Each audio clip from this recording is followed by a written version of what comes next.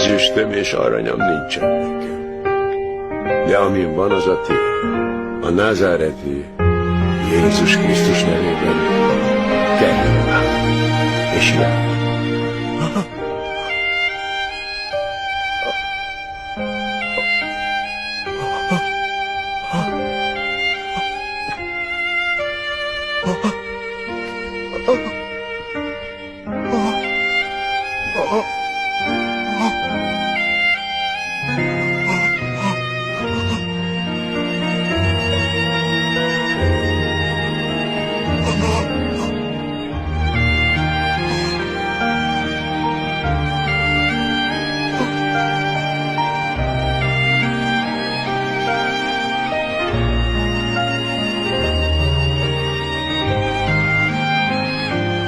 Meggyógyítottam azt az embert, ahogy egykor Jézus tette.